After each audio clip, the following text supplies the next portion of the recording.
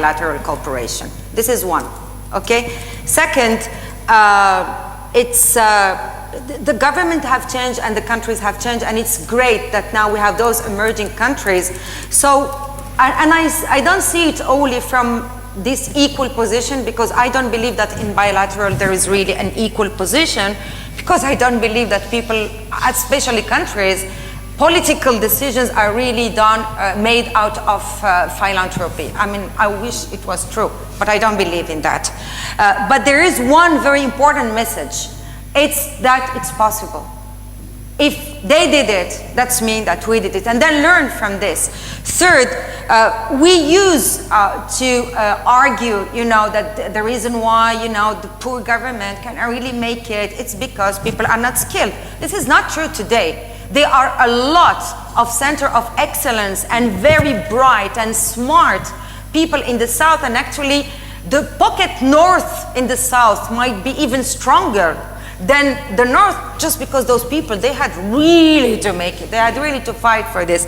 But the reality is that we are still having a problem with the democratic governance in a lot of those countries. And the people who are negotiating the aid, unfortunately, we are not always having people who are negotiating according to the interest of the country. So I mean, let's face it.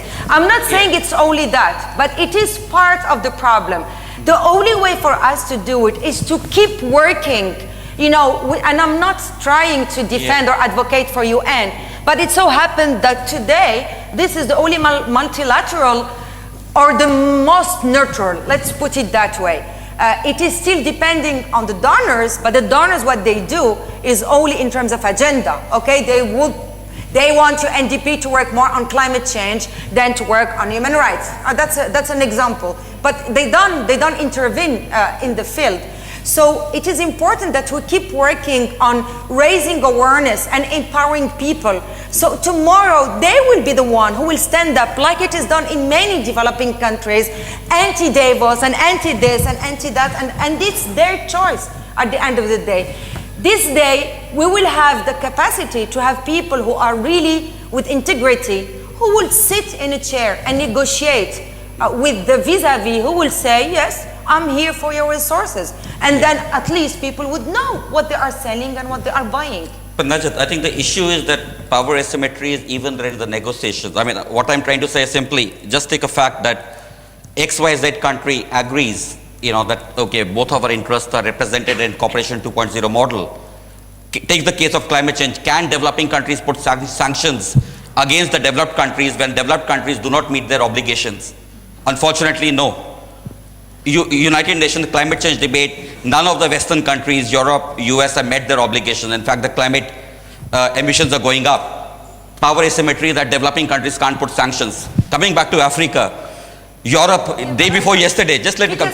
What I'm trying to say is what is the point you want to make? And is that an excuse for the developing countries not reducing their emissions? You wanted the debate, you got the debate.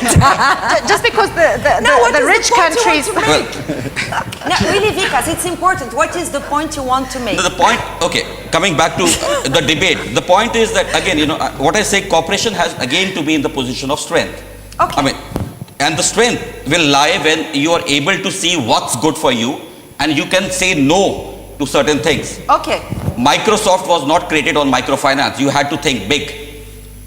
You know, you had to think in a way where countries started to come together. They said, these are our next 5 years of priorities. These are our development goals, number one. If you think there are things you can support us, that's fine. If you can't support us on these goals, sorry, we don't need your aid, number one.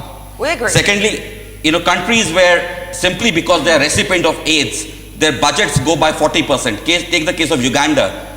So, you know, your budget has expanded 40% just because, you know, aid money is coming in. Because you are, instead of doing budgeting for the poor, you have started to make budgets for the multi-donors who are coming to your country. So, you know, you have donors made for the Finns, donor made for the XYZ. So, the question is, do budgeting for the poor.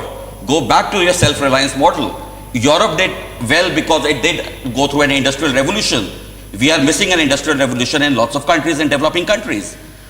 And that comes to the same model that we have to negotiate and cooperate from the position of strength. Just because people are ready to offer money or technology, we do not need to say yes to everything. We agree. I mean, there is no question there. So that's the point where, you know, countries need to have the capacity to absorb and see what is good for them and say no also, which unfortunately we have not seen it, because giving aid often gives the right of countries to start intervening. We have seen it. Into other countries. In some countries. Yeah. We have seen it in some countries. Yeah. Okay, we're about to close. Anriette, please. No, well, just Or- I agree or- with or you, one la- because I just think it's where's that strength derived? Is that strength derived from, in the case of China, for example, from your current account balances and your foreign exchange reserves, or is that strength derived from being accountable to your citizens, and when you go into the space where you negotiate development aid and policy, that you actually represent the interest of your citizens? And I think often in geopolitical spaces, the strength is still derived from alliances where you stand ideologically on the war against terror or whatever, and development cooperation falls into that rather than strength that derives from being accountable and representative and delivering to your citizens, even with limitations.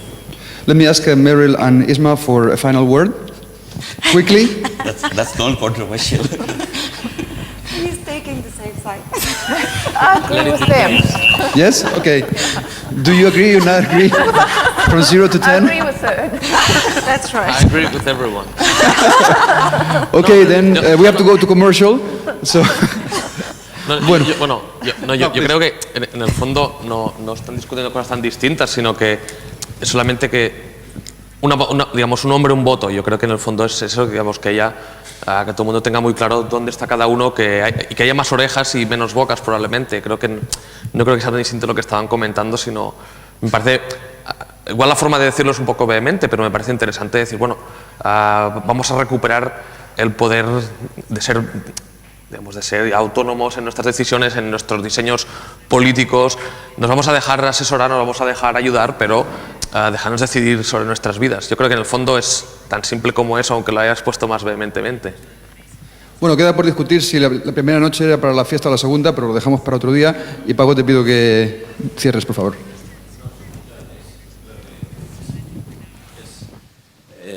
Os pediría que os quedaseis porque, desde la Fundación CETIC, como organizadores, lo que queremos es un poco transmitir lo mismo que hemos estado viendo. Yo creo, hubo momentos que he tenido la sensación de estar en el salón de mi casa con unos amigos discutiendo con mucha pasión al final, por lo tanto veo que todavía España ayuda en la pasión, en el debate y en calora la discusión de una manera muy constructiva. No es momento de discursos, es momento de dejar esta puerta abierta hacia el tercer encuentro. Es un momento de pedirle también a mi compañero Brendan Doyle que suba, por favor, como la otra parte de la Fundación CETIC, que ha estado muy activamente haciendo que este encuentro esté aquí.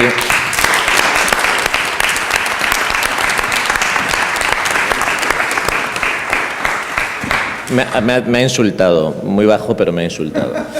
Se ha escuchado, ¿no? Dos cosas. Para nosotros ha sido un reto, y ayer me decían algunas personas, habéis organizado un encuentro sin ningún tipo de complejos. Habéis traído a expertos, organizaciones muy ambiciosas, muy grandes, muy heterogéneas.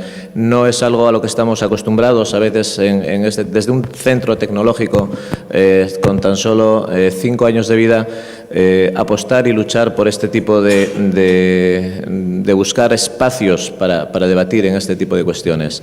Estamos empeñados en seguir haciéndolo, estamos empeñados en contar con su participación.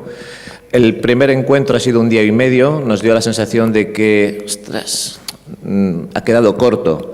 Hoy, en el segundo encuentro, hemos estado 2 días y medio.